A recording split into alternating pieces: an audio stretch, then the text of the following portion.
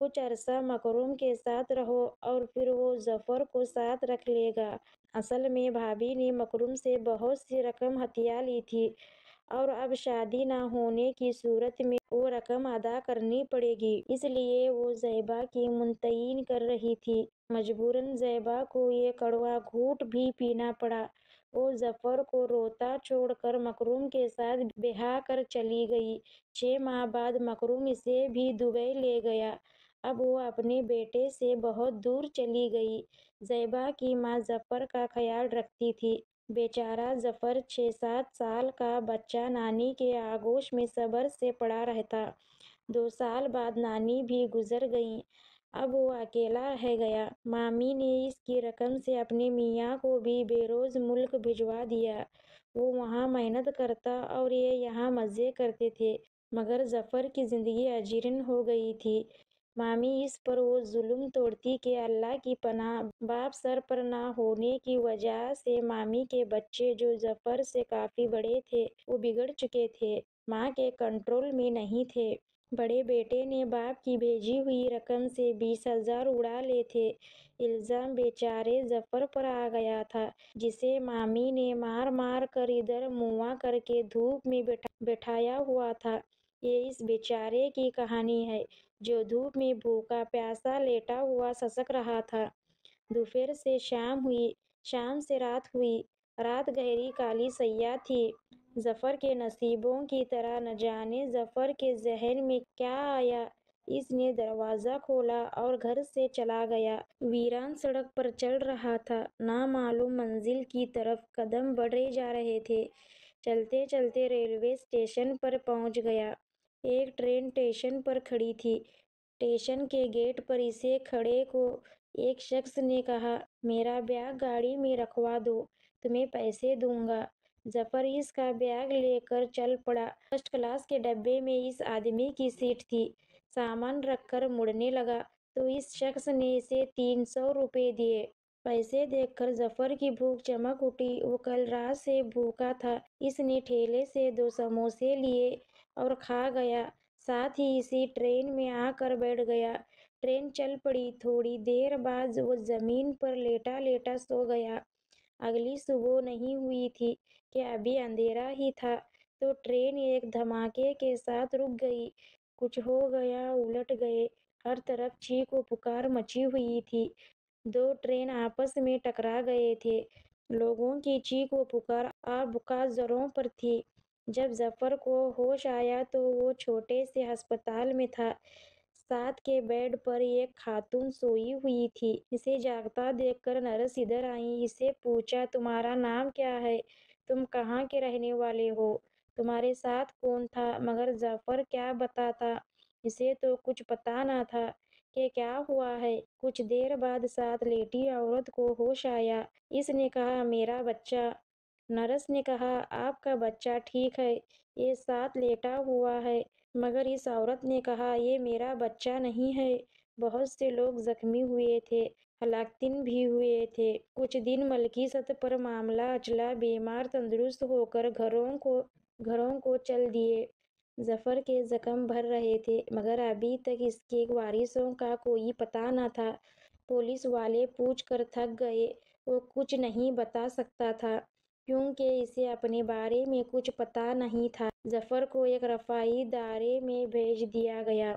یہاں پر بھی رہنے والے بچے بوڑھوں سے محنت کروائی جاتی تھی، جس کے بدلے میں کھانا مل جاتا تھا۔ کچھ دنوں بعد ایک فیملی یہاں آئی۔ انہوں نے ظفر کو اڈاپٹ کر لیا۔ ظفر پھر سے ایک گھر میں رہنے لگا، مگر یہ لوگ بھی اندر سے بدنیت تھے۔ اڈاپٹ کی آڑ میں انہیں ایک بلا معاوضہ ملازم چاہیے تھا۔ انہوں نے ظفر کو مار پیٹ تو نہ کی، مگر اس سے کام اتنا زیادہ لیتے، تھک کر چور ہو جاتا۔ ہاں، کھانا پینا اچھا تھا۔ اب وہ 13 سال کا ہو چکا تھا۔ اچھا خوراک، اگرچہ بچے کھینچی ہی تھے، مگر اس کا رنگ روپ سنوار گئی۔ یہاں پر رہتے ہوئے ایک دن گھر کے مالک کی بیوی دوسرے شہر گئی ہوئی تھی۔ اس پر شیطانیت سوار ہوئی۔ اس نے ظفر سے بدفعلی کی کوشش کی۔ ظفر مند سماجت کرتا رہا، مگر وہ شخص باز نہ آیا۔ اور ظفر سے غیر فطری عمل کرنا چاہا، جس کی کراہت سے ظفر کو کے آ گئی اور مالک کا جسم کے سے بھر گیا۔ جب وہ نفرت سے خود کو واش کرنے باتھ روم گیا، ظفر وہاں سے بھاگ نکلا اور سڑک پر بھاگنے لگا۔ بھاگتے ہوئے وہ مین روڈ پر پہنچ گیا۔ یہاں ایک بس کھڑی تھی، اس میں سوار ہو گیا۔ مالک نے واش روم سے باہر آ کر اسے تلاش کیا، وہ نہ ملا۔ گیٹ کھلا دیکھ کر مالک سمجھ گیا کہ وہ چلا گیا ہے۔ اگلی صبح وہ شخص اسی رفاہی ادارے میں گیا اور انہیں بتایا کہ ظفر ان کے گھر سے بہت بڑی رقم برس کر رات کو بھاگ گیا ہے۔ ادارے والوں نے کارروائی کے لیے پولیس کو بلا لیا۔ رپورٹ درج ہو گئی۔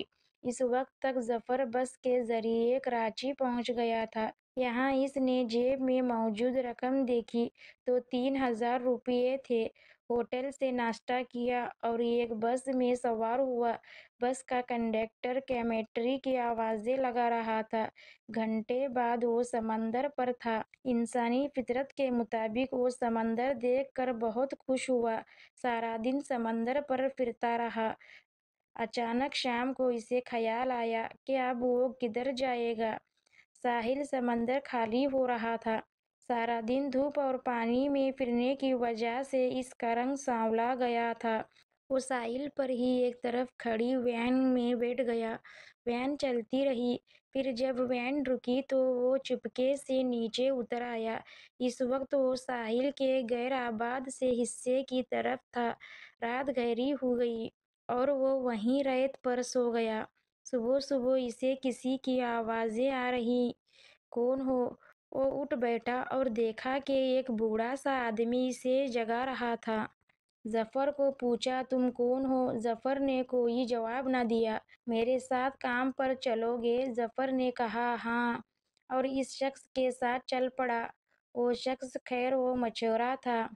ظفر کو لے کر ساحلی گودی کی طرف آ گیا۔ یہاں لانچ کھڑی تھی۔ لانچ پر اور بھی مچورے تھے۔ سب نے پوچھا، ادا کھیرو یہ کون ہے؟ کھیرو بولا، میرا بھتیجا ہے، پنجاب سے آیا ہوا ہے۔ اس کے باپ نے کہا ہے کہ اسے کام پر لگوا دو، میں اسے کام پر لے آیا ہوں۔ پھر لانچ سمندر میں چلی گئی اور مچھیرے مچھلیاں پکڑتے رہے۔ رات کو واپسی ہوئی تو خیرو اسے اپنی جھوپڑی میں لے آیا۔